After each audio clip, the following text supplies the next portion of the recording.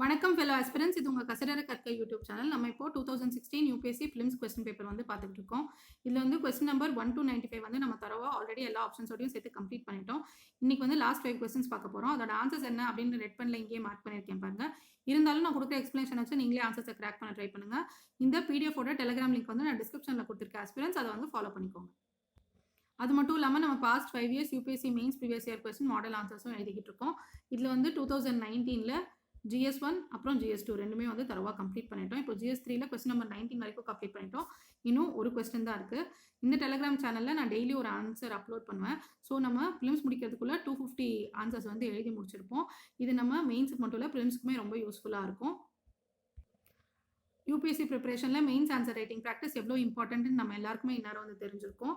So நம்ம daily ஒரு 15 to 20 minutes ஆச்சும் ஸ்பெண்ட் பண்ணி ஒரு மெயின்ஸ் ஆன்சர் ரைட்டிங் ப்ராக்டிஸ் ஆச்சும் பண்ணணும் அப்படிங்கிறது வந்து நல்லா ஞாபகம் வச்சுக்கோங்க. ப்ரிலிம்ஸ் ப்ரீவியஸ் இயர் கொஸ்டினுக்கு வந்து தனி டெலிகிராம் சேனல் இருக்குது, மெயின்ஸ் ப்ரீவியஸ் இயர் கொஸ்டினுக்கு தனி டெலிகிராம் சேனல் இருக்குது. ரெண்டுத்தையுமே ஃபாலோ பண்ணிக்கோங்க ஆஸ்பிரன்ஸ், உங்களுக்கு ரொம்ப யூஸ்ஃபுல்லாக இருக்கும். இன்னைக்கு ஃபர்ஸ்ட் கொஸ்டினுக்குள்ளே போயிடலாம். Question number 96. Recently, which of the following states has explored the possibility of constructing an artificial inland port to be connected to the sea by a long navigational channel அப்படின்னு வந்து கேட்டிருக்காங்க. So ஆர்டிஃபிஷியலாக inland board வந்து யார் create பண்ணோம் அப்படின்னு நினச்சிக்கிட்டு இருக்காங்க அப்படிங்கிறது தான் வந்து கேள்வி கேட்டிருக்காங்க. இந்த ஆர்டிஃபிஷியல் இன்லேண்ட் போர்ட் வந்து சியோட கனெக்டடாக இருக்கும் by means of a long navigational channel. இங்கே வந்து சி இருந்துச்சுன்னா இங்கே வந்து நேவிகேஷனல் சேனல் இருக்கும், இங்கே வந்து இன்லேண்ட் போர்ட் இருக்கும். ஓகேங்களா? ஸோ இதை வந்து எந்த ஸ்டேட் வந்து கன்ஸ்ட்ரக்ட் பண்ணணும்னு நினச்சிட்டு இருக்காங்க அப்படிங்கிறத வந்து பார்க்கலாம். ஸோ இந்த கொஸ்டினோட ஆன்சர் பார்த்தீங்கன்னா ராஜஸ்தான். ஓகேங்களா? ராஜஸ்தான் தான் இந்த பாசிபிலிட்டி வந்து பார்த்துக்கிட்டு இருக்காங்க. அதாவது இங்கே கொடுத்துருக்காங்க பாருங்க, Rajasthan has explore the possibility of constructing an artificial inland port to be connected to the sea by long navigational channel. ஓகேங்களா? இதில் வந்து ராஜஸ்தான் கவர்மெண்ட் என்ன பண்ணிக்கிட்டு இருக்காங்கன்னா, நிறைய வேஸ் வந்து எக்ஸ்ப்ளோர் பண்ணிட்டு இருக்காங்க. இந்த ஆர்டிஃபிஷியல் இன்லேண்ட் போர்ட்டை வந்து கன்ஸ்ட்ரக்ட் பண்ணும் அப்படிங்கிறதுல எங்கே கன்ஸ்ட்ரக்ட் பண்ணும் அப்படின்னு பார்த்துக்கிட்டு இருக்காங்கன்னா, ஜாலூர் அப்படின்ற இடத்துல வந்து இந்த இன்லேண்ட் போர்ட் வந்து கன்ஸ்ட்ரக்ட் பண்ணும் அப்படின்னு நினச்சிட்டு இருக்காங்க. இதில் வந்து என்ன கான்செப்ட்னா, அரேபியன் சி வாட்டரை வந்து ராஜஸ்தானுக்குள்ளே கொண்டு வரணும் த்ரூ குஜராத். ஓகேங்களா? ஸோ இந்த நேவிகேஷனல் சேனலில் வந்து அரேபியன் சி வாட்டர் தான் இருக்கும் அப்படிங்கிறது வந்து ஞாபகம் வச்சுக்கோங்க. இது வந்து இம்ப்ளிமெண்ட் பண்ணால் ராஜஸ்தான் வந்து it will be more accessible to water transport. அது மட்டும் இல்லாமல் ராஜஸ்தான் வந்து இப்போ ஒரு லேண்ட்லாக் ஸ்டேட்டாக இருக்குது. இந்த நேவிகேஷனல் சேனல் வந்துச்சுன்னா லேண்ட்லாக் ஸ்டேட்டாக இருக்காது அப்படிங்கிறது வந்து ஞாபகம் வச்சுக்கோங்க. இந்த நேவிகேஷனல் சேனல் வந்து அட்லீஸ்ட் 3 meters வைடாக இருக்கும், அப்புறம் 25 meters டீப்பாக இருக்கும் அப்படிங்கிறத ஞாபகம் வச்சுக்கோங்க. இது எங்கேருந்து ஸ்டார்ட் ஆகுது அப்படின்னு பார்த்தீங்கன்னா, இங்கே கொடுத்துருக்காங்க பாருங்க, டிப் ஆஃப் லாக்பட் அட் கோரி கிரீக் இன் அரேபியன் சீல வந்து ஸ்டார்ட் ஆகுது. அதுக்கப்புறம் த்ரூ ரன் ஆஃப் கட்ச் வந்து இது ரன் ஆகுது. அதுக்கப்புறம் எங்கே ஜாயின் ஆகுதுன்னு பார்த்தீங்கன்னா, சான்ச்சோரில் வந்து ஜாயின் ஆகுது. இது 135 kilometers from district headquarters of ஜாலோரில் இருக்குது அப்படிங்கிறது வந்து ஞாபகம் வச்சுக்கோங்க. ஓகேங்களா? ஸோ இந்த கொஸ்டினுக்கு ஆன்சர் என்ன அப்படின்னு பார்த்தீங்கன்னா, ராஜஸ்தான் தான் அந்த ஸ்டேட். ஓகேங்களா? நம்ம இப்போ நெக்ஸ்ட் கொஸ்டினுக்கு போயிடலாம். Question number 97. With reference to agreement at the UNFCCC meeting in Paris in 2015, which of the following statements is correct அப்படின்னு வந்து கேட்டிருக்காங்க. நம்ம ஆல்ரெடி இந்த UNFCCC மீட்டிங் பற்றி நிறைய வாட்டி படிச்சிருக்கோம். அதுவும் எஸ்பெஷலி பாரிஸ் 2015 நடந்தது. இது வந்து கான்ஃபரன்ஸ் ஆஃப் பார்ட்டி 21 சொல்லுவாங்க. நம்மளுக்கு இந்நேரம் தெரிஞ்சிருக்கும், ஏன்னா நம்ம நிறைய கொஸ்டின் பேப்பர்ஸ் இதோட பார்த்துட்டோம். நிறைய கொஸ்டின்ஸ் இதை பற்றி கேட்டிருக்காங்க. ஸோ நம்ம ப்ரீஃபாக இதை பற்றி படிச்சுட்டு வந்துட்டு இதை ஆன்சர் பண்ணலாம். இந்த பாரிஸ் அக்ரிமெண்ட் ஆன் கிளைமேட் சேஞ்சை பற்றி இப்போ படிக்கலாம். இது வந்து it's legally binding global agreement under United Nations framework convention on climate change. இது எப்போ அடாப்ட் பண்ணாங்க? 2015 அடாப்ட் பண்ணாங்க இன் கான்ஃபரன்ஸ் ஆஃப் பார்ட்டி 21. ஓகேங்களா? இங்கே வந்து மென்ஷன் பண்ணியிருக்காங்க பாருங்க. இதோட மெயின் என்ன அப்படின்னு பார்த்தீங்கன்னா, கிளைமேட் சேஞ்சை வந்து காம்பேட் பண்ணணும். அது மட்டும் இல்லாமல் குளோபல் வார்மிங்கை வந்து லிமிட் பண்ணணும்.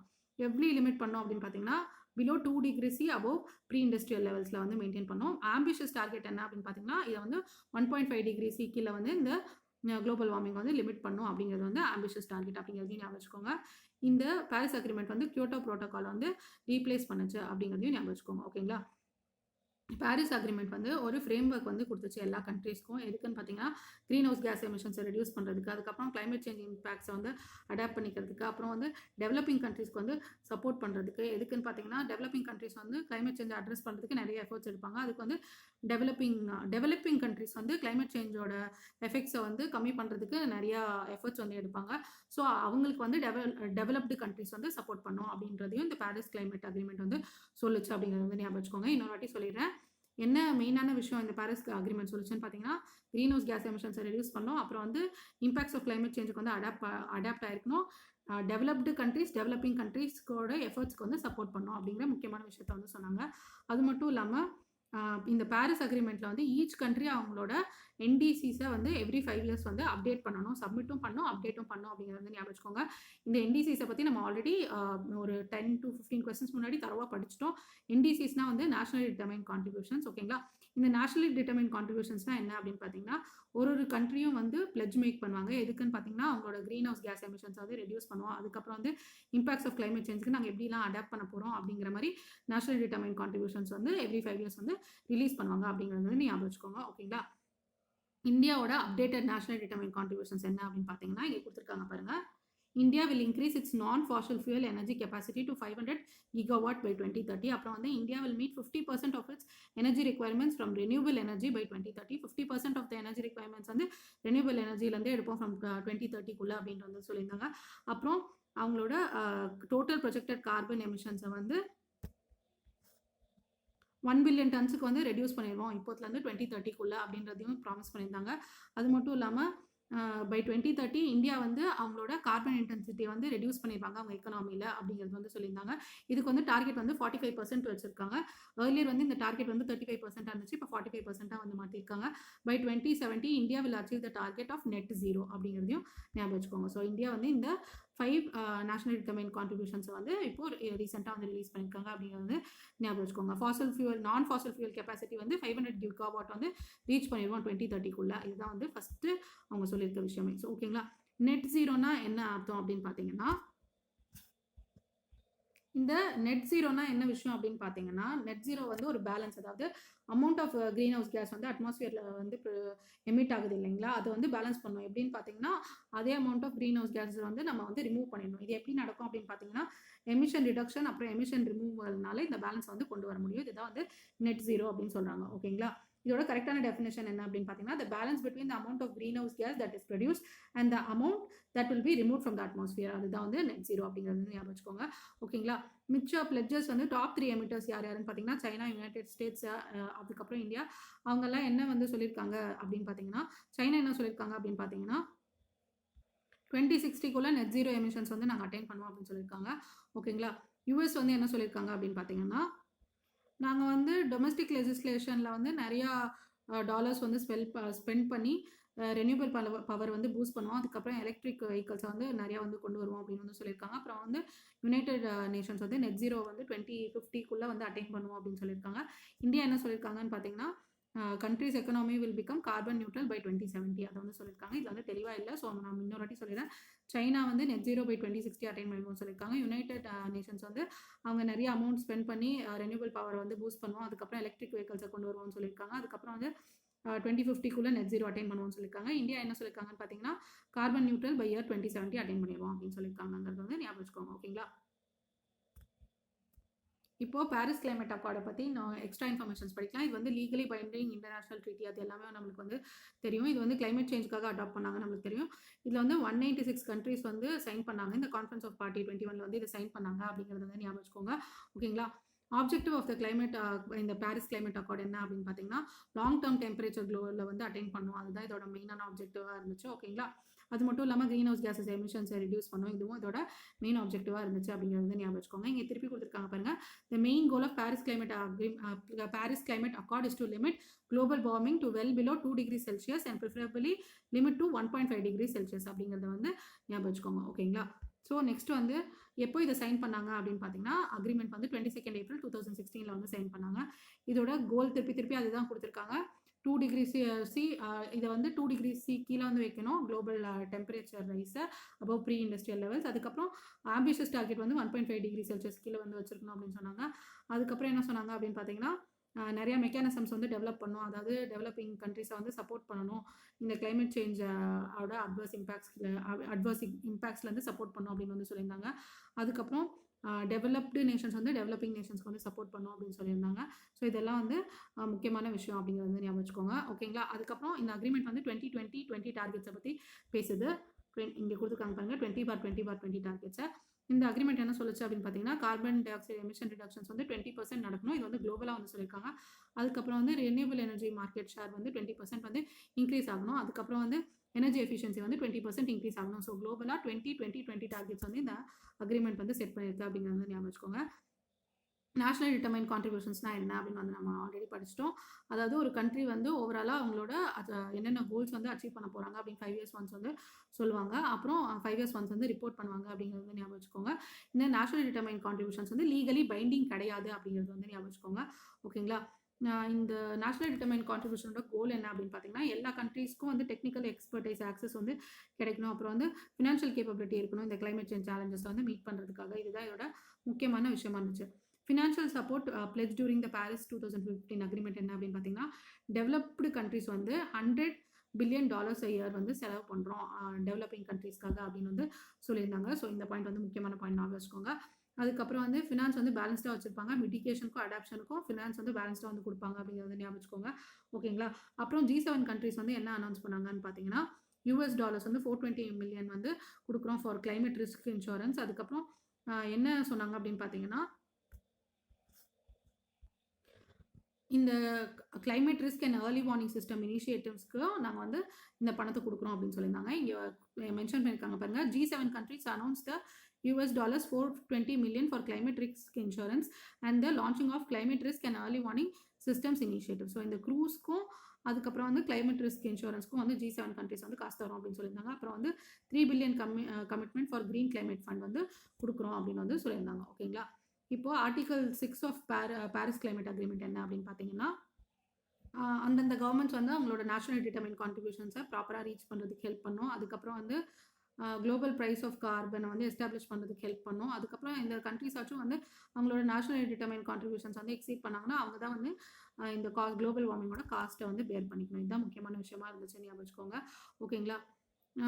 India at conference of party 21 என்ன நடந்துச்சு அப்படின்னு பார்த்தீங்கன்னா, இந்தியா என்ன சொன்னாங்கன்னு பார்த்தீங்கன்னா, அவங்க வந்து ரேப்பிடாக வந்து மீட் பண்ணும். அதாவது 1.2 பில்லியன் பாப்புலேஷனோட நீட்ஸை வந்து மீட் பண்ணும். இதில் வந்து 300 மில்லியன் பீப்புள் வந்து எனர்ஜியோட ஆக்சஸே இல்லாமல் இருக்காங்க அப்படின்னு சொல்லியிருந்தாங்க.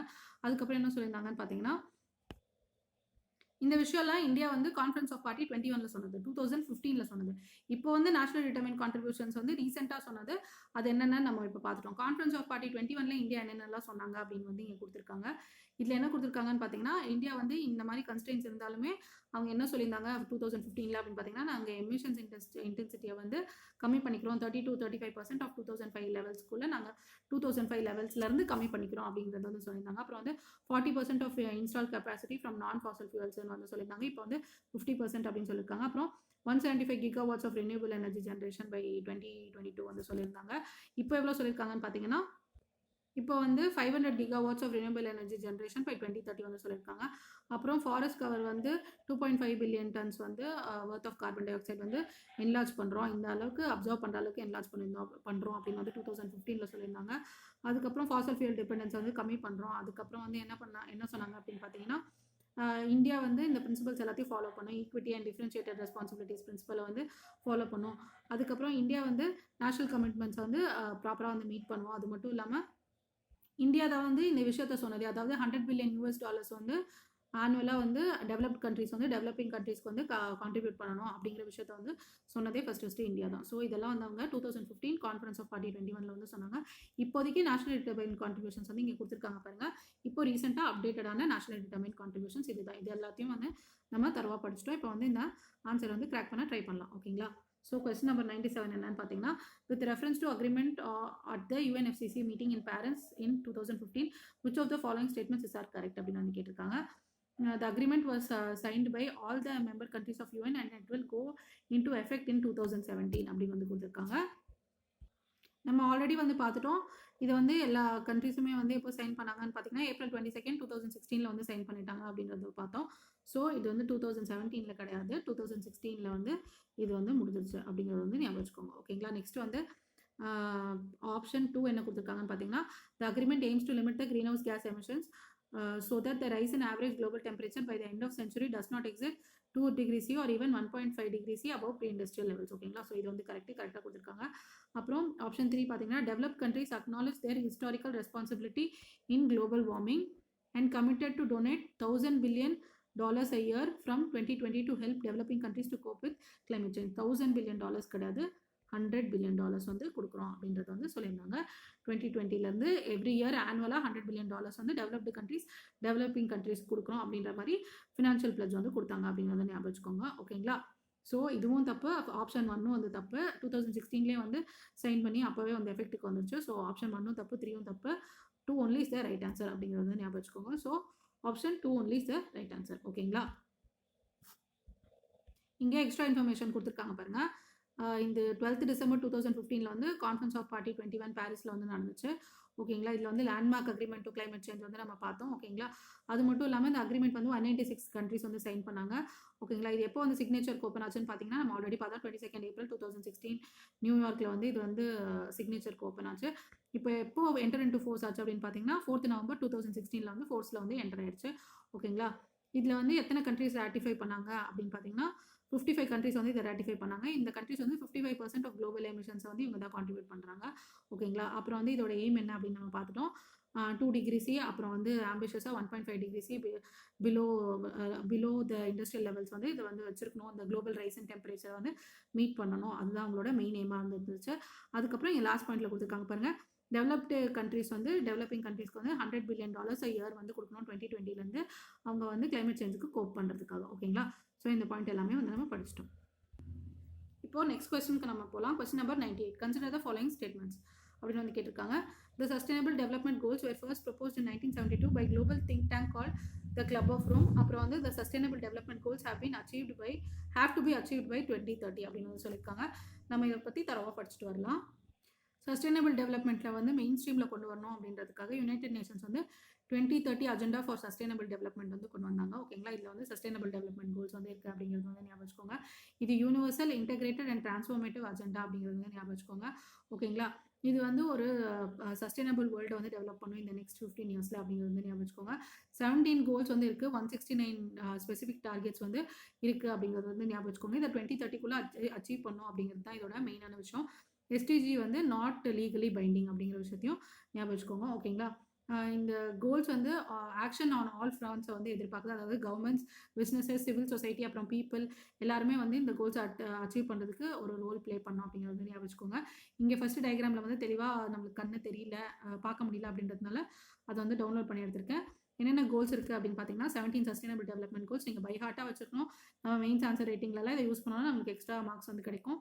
ஃபர்ஸ்ட் கோல் வந்து நோ பாவர்ட்டி, செகண்ட் வந்து ஜீரோ ஹங்கர், தேர்ட் வந்து good health and wellbeing, fourth வந்து குவாலிட்டி எஜுகேஷன், 5 வந்து ஜெண்டர் ஈக்குவாலிட்டி, 6 வந்து க்ளீன் வாட்டர் அண்ட் சானிடேஷன், 7 வந்து அஃபோர்டபுள் அண்ட் க்ளீன் எனர்ஜி, 8 வந்து decent work and economic growth, 9 வந்து இண்டஸ்ட்ரி இன்னோவேஷன் அண்ட் இன்ஃப்ராஸ்ட்ரக்சர், 10 வந்து reduce inequalities, 11 வந்து sustainable cities and communities, 12 வந்து responsible consumption and production, 13 வந்து climate action, 14 வந்து life below water, 15 வந்து life on land, 16 வந்து peace, justice and strong institution, 17 வந்து partnership for the goals அப்படிங்கிறது வந்து ஞாபகம் வச்சுக்கோங்க. ஓகேங்களா, இப்போ வந்து இந்த ஆன்சர் பார்த்தீங்கன்னா என்னன்னு பார்த்தீங்கன்னா the first report of Club of Rome was the famous the limits to growth. அது அந்த ரிப்போர்ட் தான் வந்து கிளப் ஆஃப் ரோம் ரிப்போர்ட் அப்படின்னு வந்து சொல்லுவாங்க. இது வந்து 1972 வந்து வெளியில் வந்துச்சு பை MIT ரிசர்ச் டீம் அப்படிங்கிறது வந்து ஞாபகம் வச்சுக்கோங்க. இதை வந்து யார் கோஆர்டினேட் பண்ணாங்கன்னு பார்த்தீங்கன்னா டென்னிஸ் அண்ட் டோனலா மெடோஸ் வந்து இது வந்து பண்ணாங்க. அங்கே ரிசர்ச் டீம் தான் இதை வந்து கோஆர்டினேட் பண்ணாங்க. ஸோ இதுக்கும் சஸ்டைனபிள் டெவலப்மெண்ட் கோல்ஸ்க்கும் எந்த சம்மந்தமும் கிடையாது. ஓகேங்களா, இந்த லிமிட்ஸ் டு க்ரோத் ரிப்போர்ட் தான் இந்த கிளப் ஆஃப் ரோம் வந்து ரிலீஸ் பண்ணியிருந்தாங்க அப்படிங்கிறது வந்து ஞாபகம் வச்சுக்கோங்க. சஸ்டைனபிள் டெவலப்மெண்ட் கோல்ஸ் வந்து எப்போ அடாப்ட் பண்ணாங்க அப்படின்னு பார்த்தீங்கன்னா யுனைடெட் நேஷன்ஸ் மெம்பர் ஸ்டேட்ஸ் வந்து 2015 வந்து அடாப்ட் பண்ணியிருந்தாங்க. டு எண்ட் பாவர்ட்டி, அதுக்கப்புறம் இன்இக்வாலிட்டி ரெடியூஸ் பண்ணோம். அது மட்டும் இல்லாமல் பீஸ்ஃபுல் அண்ட் ப்ராஸ்பரஸ் சொசைட்டிஸ் வந்து 2030 கொண்டு வரணும் அப்படின்றதுக்காக தான் இந்த எஸ்டிஜிஸ் வந்து கொண்டு வந்தாங்க. ஓகேங்களா, இந்த எஸ்டிஜியோட மெயின் ஆப்ஜெக்டிவ் என்ன அப்படின்னு பார்த்தீங்கன்னா யூனிவர்சல் கோல்ஸ் வந்து அட்டைன் பண்ணோம். Urgent environmental, political and economic சேலஞ்சஸை வந்து வேர்ல்டு ஃபேஸ் பண்ணிக்கிட்டு இருக்க இந்த மாதிரி சேலஞ்சஸை வந்து சீக்கிரமாக வந்து மிட்டிகேட் பண்ணோம்.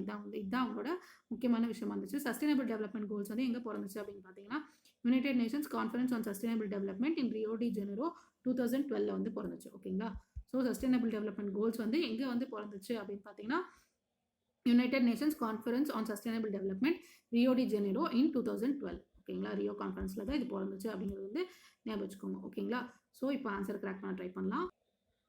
கன்சிடர் த ஃபாலோயிங் ஸ்டேட்மெண்ட்ஸ் அப்படின்னு கொடுத்துருக்காங்க. இதில் பார்த்தீங்கன்னா the sustainable development goals were proposed in 1972 by global think tank called Club of Rome கிடையாது. சஸ்டைனபிள் டெவலப்மெண்ட் கோல்ஸ் வந்து எப்போ வந்து வந்துச்சு அப்படின்னு பார்த்தீங்கன்னா ரியோ டி ஜெனரோ கான்ஃபரன்ஸ் 2012 தான் வந்துச்சு அப்படிங்கிறது வந்து பார்த்தோம். ஸோ ஆப்ஷன் 1 வந்து தப்பு. அதுக்கப்புறம் வந்து the sustainable development goals have to be achieved by 2030 இது வந்து கரெக்ட். ஓகேங்களா, so option 2 is the right answer. Sustainable development goals என்னென்ன அப்படின்றத 17 கோல்ஸுமே வந்து நம்ம தரவாக பார்த்துட்டோம். நீங்கள் வந்து பை ஹார்ட் வந்து நம்ம எல்லாருமே அதை வந்து மனப்படமாக வச்சுக்கணும் அப்படிங்கிறது வந்து ஞாபகம் வச்சுக்கோங்க. ஓகேங்களா, நெக்ஸ்ட் வந்து question number 99. The recent movie title The Man Who Knew Infinity is based on the biography of அப்படின்னு கேட்டிருக்காங்க. So The Man Who Knew Infinity அப்படின்ற படம் வந்து எஸ் ராமானுஜம் சார் வந்து பேஸ் பண்ணி வந்துச்சு அப்படிங்கிறது வந்து ஞாபகம் வச்சுக்கோங்க. இப்போ வந்து இந்த மிச்சம் சந்திரசேகர் சார், அதுக்கப்புறம் எஸ்என் போஸ், அப்புறம் சிவி ராமன் பற்றி எல்லாம் படிக்கலாம். இந்த படம் வந்து the man who new infinity அப்படிங்கிறது வந்து 2015 பிரிட்டிஷ் பயோகிராஃபிக்கல் ஃபிலிமாக வந்து ரிலீஸ் பண்ணியிருந்தாங்க. இது வந்து யாரோட பயோகிராஃபியை பேஸ் பண்ணியிருந்துச்சு அப்படின்னு பார்த்தீங்கன்னா, இந்தியன் மேத்தமேட்டிஷியன் ஸ்ரீனிவாச ராமானுஜமை பற்றி பேஸ் பண்ணியிருந்துச்சு அப்படிங்கிறது வந்து ஞாபகம் வச்சுக்கோங்க. இந்த பயோகிராஃபி எதை பேஸ் பண்ணியிருந்துச்சுன்னு பார்த்தீங்கன்னா, ஒரு புக்கை பேஸ் பண்ணியிருந்துச்சு. இதை யார் எழுதுனாங்க அப்படின்னு பார்த்தீங்கன்னா 1991 வந்து ராபர்ட் கெனிகேல் வந்து எழுதினாரு அப்படிங்கிறத ஞாபகம் வச்சுக்கோங்க. ஸ்ரீனிவாச ராமானுஜம் பற்றி எக்ஸ்ட்ரா இன்ஃபர்மேஷன் என்ன அப்படின்னு பார்த்தீங்கன்னா, இவர் வந்து ஒரு செல்ஃப் டாட் மேத்தமெட்டிஷியன். இவர் வந்து தியரி ஆஃப் நம்பர்ஸ்க்கு வந்து கான்ட்ரிபியூட் பண்ணாரு. அப்புறம் வந்து Abdul Salam international centre for theoretical physics வந்து ஸ்ரீனிவாச ராமானுஜன் ப்ரைஸை வந்து எஸ்டாப்ளிஷ் பண்ணியிருக்காங்க இன் ஹானர் ஆஃப் ஹிம் அப்படிங்கிறத வந்து ஞாபகம் வச்சுக்கோங்க. இந்த ப்ரைஸ் வந்து ஆனுவலாக வந்து மேத்தமெட்டிஷியன்ஸ் அண்டர் 45 இயர்ஸுக்கு வந்து கொடுக்குறாங்க அப்படிங்கிறத வந்து ஞாபகம் வச்சுக்கோங்க. ஸோ வெல் ரெனவுட் மேத்தமெட்டிஷியன்ஸ்க்கு. சிவி ராமன் பற்றி நம்ம என்ன தெரிஞ்சுக்கணும்னு பார்த்தீங்கன்னா, இவர் வந்து நோபல் ப்ரைஸ் இன் ஃபிசிக்ஸ் வந்து 1930 வந்து வாங்கினாரு அப்படிங்கிறது வந்து ஞாபகம் வச்சுக்கோங்க. இவர் வந்து எதுக்காக வாங்கினாருன்னு பார்த்தீங்கன்னா, ஸ்கேட்டரிங் ஆஃப் லைட்டில் வந்து இவரோட ஒர்க்குக்காகவும், அதுக்கப்புறம் ராமன்ஸ் எஃபெக்ட் கண்டுபிடிச்சதுக்காகவும் இவர் வந்து வாங்கினாரு. இவர் தான் first Indian to receive Nobel prize in physics in 1930 அப்படிங்கிறதையும் ஞாபகம் வச்சுக்கோங்க. எஸ்என் போஸ் வந்து he was also an Indian mathematician and physicist. இவர் எதுக்காக வந்து ரொம்ப ஃபேமஸ் ஆனார் அப்படின்னு பார்த்தீங்கன்னா, குவாண்டம் ஸ்டாட்டிஸ்டிக்ஸ் வந்து ஃபைண்ட் பண்ணதுக்காக 1924 இவர் வந்து ரொம்ப ஃபேமஸாக இருக்காரு. அது மட்டும் இல்லாமல் எஸ் சந்திரசேகர் யார் அப்படின்னு பார்த்தீங்கன்னா, நோபல் ப்ரைஸ் இன் ஃபிசிக்ஸ் வந்து 1983 வாங்கினாரு. எதுக்குன்னு பார்த்தீங்கன்னா, theoretical studies of the physical processes of importance to structure and evolution of starsக்காக இவர் வந்து நோபல் பிரைஸ் இன் ஃபிசிக்ஸ் வந்து 1983 வந்து வாங்கினாரு. ஓகேங்களா. S Chandrasekhar prize of plasma physics வந்து is an award given by association of Asia Pacific physical societies to outstanding plasma physicist அப்படிங்கிறது வந்து ஞாபகம் வச்சுக்கோங்க. ஸோ எஸ் சந்திரசேகர் பேரில் வந்து பிளாஸ்மா ஃபிசிக்ஸ்க்கும் வந்து ஒரு அவார்ட் கொடுக்குறாங்க. யாருன்னு பார்த்தீங்கன்னா, association of Asia Pacific physical societies அப்படிங்கிறதையும் ஞாபகம் வச்சுக்கோங்க. ஓகேங்களா. ஸோ கொஸ்டின் நம்பர் 99க்கு ஆன்சர் என்ன நம்ம பார்த்தோம்னா, a recent movie titled The Man Who Knew Infinity is based on the biography of S. Ramanujan. ஓகேங்களா. ஸோ நெக்ஸ்ட் கொஸ்டின் போகலாம். Question number 100. இதோட 2016 கொஸ்டின் பேப்பர் முடிஞ்சிருச்சு. Consider the following statements. The minimum age prescribed for any person to be a member of panchayat is 25 years. நம்ம பஞ்சாயத்து ராஜ், அதுக்கப்புறம் municipalities அதை பற்றி வந்து தரவா ஆல்ரெடி 2013, 14, 15 கொஸ்டின் பேப்பர்ஸ்லாம் நிறைய கொஸ்டின்ஸ் பார்த்துட்டோம். நம்ம அதை பார்க்கும்போதே நம்மளுக்கு தெரியும் minimum age to be a member of panchayat வந்து 25 கிடையாது, 21 இயர்ஸ் அப்படிங்கிறது வந்து ஞாபகம் வச்சுக்கோங்க. ஸோ ஆப்ஷன் 1 வந்து தப்பு. நெக்ஸ்ட் வந்து panchayat reconstituted after premature dissolution cannot continues only for the remainder period. இன்னொரு வாட்டி படிச்சிடறேன், தப்பாக படிச்சதுனால. Panchayat reconstituted after premature dissolution continues only for the remainder period. இது வந்து கரெக்டு. இப்போ வந்து ஒரு பஞ்சாயத்து வந்து ஒரு ஸ்பெசிஃபிக் பீரியடுக்கு வந்து இருக்கும். அதாவது வந்து ஒரு பஞ்சாயத்து வந்து 5 இயர்ஸுக்கு கான்ஸ்டியூட் பண்ணியிருக்காங்க அப்படின்னு வச்சுக்கோங்களேன். 3 இயர்ஸ்லேயே வந்து அது டிசல்யூட் ஆயிடுச்சு. 3 இயர்ஸ்லேயே ஏதோ ஒரு ரீசன்னால அது வந்து டிசல்யூட் ஆயிடுச்சுன்னா, புதுசாக வந்திருக்க பஞ்சாயத்து வந்து மிச்சம் இருக்க 2 இயர்ஸில் தான் 2 இயர்ஸ் மட்டும்தான் அவங்க வந்து இருக்க முடியும். அந்த 2 இயர்ஸ் கம்ப்ளீட் ஆனதும் ஃப்ரெஷ்ஷாக வந்து வச்சு திருப்பி பஞ்சாயத்தை வந்து கான்ஸ்டியூட் பண்ணுவாங்க அப்படிங்கிறது வந்து ஞாபகம் வச்சுக்கோங்க. ஓகேங்களா. ஸோ ஒரு பஞ்சாயத்து வந்து டிசல்யூட் ஆயிடுச்சுன்னா அடுத்து வர பஞ்சாயத்து வந்து ரிமைண்டர் பீரியடுக்கு மட்டும்தான் இருக்க முடியும் அப்படிங்கிறது வந்து ஞாபகம் வச்சுக்கோங்க. ஓகேங்களா. ஸோ பஞ்சாயத்து ராஜ் சிஸ்டம் பற்றி நம்ம இப்போ ப்ரீஃபாக வந்து படிச்சிடலாம். Part 9 of the constitution deals with panchayat raj system அப்படிங்கிறது வந்து ஞாபகம் வச்சுக்கோங்க. இது வந்து 73rd கான்ஸ்டியூஷன் அமெண்ட்மெண்ட் ஆக்ட் 1992 வந்து வந்துச்சு. All seats of the panchayat வந்து டைரக்ட் எலெக்ஷன் மூலமாக தான் வந்து ஃபில் பண்ணுவாங்க. ஓகேங்களா. சேர்பர்சன் ஆஃப் ஈச் பஞ்சாயத்து வந்து எப்படி எலெக்ட் பண்ணுவாங்க அப்படின்னு பார்த்தீங்கன்னா, ஒரு ஸ்டேட் வந்து லா பாஸ் பண்ணியிருக்கோம், அதை பொறுத்து தான் வந்து எலெக்ட் பண்ணுவாங்க. அப்புறம் எவ்ரி பஞ்சாயத்து வந்து 5 இயர் டேர்முக்கு வந்து கான்ஸ்டியூட் பண்ணுவாங்க ஃப்ரம் த ஃபர்ஸ்ட் மீட்டிங் அப்படிங்கிறது வந்து ஞாபகம் வச்சுக்கோங்க. அதுக்கப்புறம் இந்த டிசால்வும் பண்ணலாம். அக்கார்டிங் டு ஸ்டேட்லாம் இந்த பஞ்சாயத்தை வந்து டிசால்வும் பண்ண முடியும். ஓகேங்களா. அப்புறம் வந்து பஞ்சாயத்து வந்து ரீகான்ஸ்டியூட் பண்ணியிருந்தாங்கன்னா, ப்ரீமெச்சூர் டிசல்யூஷனால வந்து ரீகான்ஸ்டியூட் பண்ணியிருந்தாங்கன்னா, அவங்க வந்து ரிமைண்டர் பீரியடுக்கு மட்டும் தான் இருக்க முடியும் அப்படிங்கிறது வந்து ஞாபகம் வச்சுக்கோங்க. இந்த ரிமைண்டர் பீரியட் வந்து லெஸ் தென் 6 மந்த்ஸாக இருந்துச்சுன்னா, அப்போ வந்து it is not necessary to hold elections அப்படிங்கிறதையும் ஞாபகம் வச்சுக்கோங்க. ஓகேங்களா. இப்போ வந்து பஞ்சாயத்தோட டைம் வந்து 5 இயர்ஸ் இருக்குது அப்படின்னு வச்சுக்கோங்க. இப்போ வந்து 3 இயர்ஸ்லேயே டிசல்யூட் ஆயிடுச்சு அப்படின்னா, மிச்சம் 2 இயர்ஸ்க்கு வந்து புதுசாக வந்து ஆளுங்க வந்து வருவாங்க. மிச்சம் 2 இயர்ஸ்க்கு தான் அவங்க வந்து இருப்பாங்க. பட் ஆனால் இப்போ வந்து 4.5 இயர்ஸ்க்கு வந்து பஞ்சாயத்து இருக்குது. இன்னொரு 6 மாதம் தான் டைம் ரிமைனிங்காக இருக்குது. அப்படிங்கும்போது புது எலெக்ஷன்ஸ் வந்து வைக்க வேண்டிய அவசியம் இல்லை அப்படிங்கிறது வந்து ஞாபகம் வச்சுக்கோங்க. ஓகேங்களா. அதுக்கப்புறம் all persons about 21 years of age are qualified to be member of the state legislature as well as panchayat அப்படிங்கிறது வந்து ஞாபகம் வச்சுக்கோங்க. ஓகேங்களா. ஸ்டேட் வந்து ஆத்தரைஸ் பண்ணும் பஞ்சாயத்தை to levy collect and appropriate taxes duties and டால்ஸ்க்கு வந்து ஸ்டேட் வந்து பஞ்சாயத்துக்கு வந்து ஆக்சஸ் கொடுக்கும் அப்படிங்கிறது வந்து ஞாபகம் வச்சுக்கோங்க. ஃபினான்ஸ் கமிஷன் வந்து ஃபார் எவ்ரி 5 இயர்ஸ் வந்து கான்ஸ்டியூட் பண்ணுவாங்க. எதுக்குன்னு பார்த்தீங்கன்னா, ஃபினான்ஷியல் பொசிஷன் ஆஃப் பஞ்சாயத்தை வந்து பார்க்குறதுக்கு, அதுக்கப்புறம் அவங்களுக்கு ரெக்கமெண்டேஷன்ஸ் மேக் பண்ணுறதுக்கு வந்து கான்ஸ்டியூட் பண்ணுவாங்க அப்படிங்கிறது வந்து ஞாபகம் வச்சுக்கோங்க. ஸ்டேட் ஃபினான்ஸ் கமிஷன் இது. அதுக்கப்புறம் வந்து ஸ்டேட் எலெக்ஷன் கமிஷனர் வந்து யார் அப்பாயிண்ட் பண்ணுவாங்க அப்படின்னு பார்த்தீங்கன்னா, கவர்னர் வந்து அப்பாயிண்ட் பண்ணுவார். இவர் வந்து சூப்பரிண்டெண்டன்ஸ் அதுக்கப்புறம் direction and control of elections to the பஞ்சாயத்தை வந்து இவர் வந்து பார்த்துப்பாரு அப்படிங்கிறத வந்து ஞாபகம் வச்சுக்கோங்க. ஓகேங்களா? ஸோ பஞ்சாயத்தை பற்றி ப்ரீஃபாகவும் நம்ம படிச்சிட்டோம். ஆல்ரெடி பஞ்சாயத்து ராஜ் சிஸ்டம் பற்றி டீட்டெயிலாக நம்ம 2013, 14, 15 கொஸ்டின் பேப்பர்ஸ்லாம் நல்லா பார்த்துருக்கோம். நான் எந்த கொஸ்டின்லாம் சொல்ல மாட்டேன். நம்ம வந்து கிட்டத்தட்ட எக்ஸாமுக்கு இன்னும் 5 months தான் இருக்குது. ஸோ எல்லா கொஸ்டின் பேப்பரையும் தரவாக வந்து ரிவைஸ் பண்ணுங்கள். ஓகேங்களா? ஸோ கொஸ்டின் நம்பர் 100 இதோட ஆன்சர் என்ன அப்படின்னு பார்த்தீங்கன்னா, திரும்ப சொல்கிறேன், பஞ்சாயத்து ராஜ் சிஸ்டம் வந்து நம்ம தரவாக டிஸ்கஸ் பண்ணியிருக்கோம். 13, 14, 15 கொஸ்டின் பேப்பர்ஸ்லாம் நிறைய வாட்டி தரவாக டிஸ்கஸ் பண்ணியிருக்கோம். தயவு செஞ்சு போய் பாருங்கள். எக்ஸாமுக்கு இன்னும் 5 months தான் இருக்குது. மே மந்த் வந்து கணக்கிலே வராது. அப்போ நம்ம எதுவுமே படிக்க முடியாது. ஸோ 5 months தான் இருக்குது. தயவு செஞ்சு போய் எல்லா கொஸ்டின் பேப்பருமே தரவாக பாருங்கள். இதில் வந்து மினிமம் ஏஜ் வந்து 21 years. ஸோ ஆப்ஷன் 1 வந்து தப்பு. Panchayat reconstituted after premature dissolution continues only for remainder period. இதுவும் வந்து இந்த ஆப்ஷன் வந்து கரெக்ட். ரிமைண்டர் பீரியடுக்கு தான் வந்து இருக்கும். ஓகேங்களா? இதே 6 months கம்மியாக இருந்துச்சுன்னா எலெக்ஷன் வைக்க வேண்டிய அவசியம் இல்லை அப்படிங்கிற விஷயத்தையும் ஞாபகம் வச்சுக்கோங்க. ஓகேங்களா? இப்போ வந்து இதில் second option is only correct. First option வந்து தப்பு. ஓகேங்களா? ஸோ அவ்வளோதான். இன்னைக்கு வந்து 5 questions கம்ப்ளீட் பண்ணிட்டோம். 2016 கொஸ்டின் பேப்பரையும் கம்ப்ளீட் பண்ணிட்டோம். நம்ம திருப்பி ஒரு 3 days கேப்புக்கு அப்புறமா Thursday, Friday, Saturday கேப்புக்கு அப்புறமா வந்து சண்டேலேருந்து 2017 கொஸ்டின் பேப்பர் ஆரம்பிப்போம். இந்த 3 days கேப் நான் வந்து எதுக்கு விடுறேன்னா, நம்ம வந்து முன்னாடி நடந்த கொஸ்டின் பேப்பர்ஸ் எல்லாத்தையுமே வந்து ரிவைஸ் பண்ணணும். அதாவது 13, 14, 15, 16 கொஸ்டின் பேப்பர்ஸ் எல்லாம் தரவாக வந்து ரிவைஸ் பண்ணணும். 13ல் வந்து வாய்ஸ் குவாலிட்டி கொஞ்சம் லோவாக இருக்குது. இருந்தாலுமே கொஞ்சம் நீங்கள் ஹெட்செட் போட்டாச்சும் கேட்கறதுக்கு பாருங்கள். கண்டிப்பாக உங்களுக்கு ரொம்ப யூஸ்ஃபுல்லாக இருக்கும். 13 கொஸ்டின் பேப்பரில் வந்து நிறைய விஷயம் வந்து டிஸ்கஸ் பண்ணியிருக்கேன். கொஞ்சம் வாய்ஸ் குவாலிட்டி அப்போ தான் வந்து சேனல் ஸ்டார்ட் பண்ண டைமிங் அப்படிங்கிறதுனால கொஞ்சம் வாய்ஸ் குவாலிட்டி கம்மியாக இருக்குது. நீங்கள் கொஞ்சம் ஹெட்செட் போட்டுட்டு கொஞ்சம் அமைதியாக இருக்கிற இடத்துல உட்காந்து கேட்டிங்கன்னா கண்டிப்பாக உங்களுக்கு கேட்கும். அதில் நிறைய விஷயம் டிஸ்கஸ் பண்ணியிருக்கேன். ஸோ 13லேருந்து பார்க்க ஆரம்பிங்க. 14லலாம் 13 பாதியிலேருந்தே வந்து வாய்ஸ் குவாலிட்டி கொஞ்சம் நார்மலாக ஆரம்பிச்சிருச்சு. ஸோ ஸ்டார்டிங்கில் கொஞ்சம் கஷ்டமாக இருக்கும். Sorry for the inconvenience. கொஞ்சம் அதை வந்து பாருங்கள். ஸோ எல்லா கொஸ்டின் பேப்பரும் 13, 14, 15, 16 4 கொஸ்டின் பேப்பரையுமே முடிச்சுட்டு சண்டே வந்து ரெடியாக வாங்க. 2017 கொஸ்டின் பேப்பர் வந்து ஸ்டார்ட் பண்ணிடலாம். All the best friends. நல்லா படிங்க. இது எனக்கும் சேர்த்து தான் சொல்கிறேன். நானும் சேர்த்து ரிவைஸ் பண்ணணும் அது எல்லாத்தையுமே. ஏதாவது டவுட்ஸ் இருந்துச்சுன்னா கமெண்ட் செக்ஷனில் கேளுங்க. உடனே வந்து ஆன்சர் பண்ணுறேன்.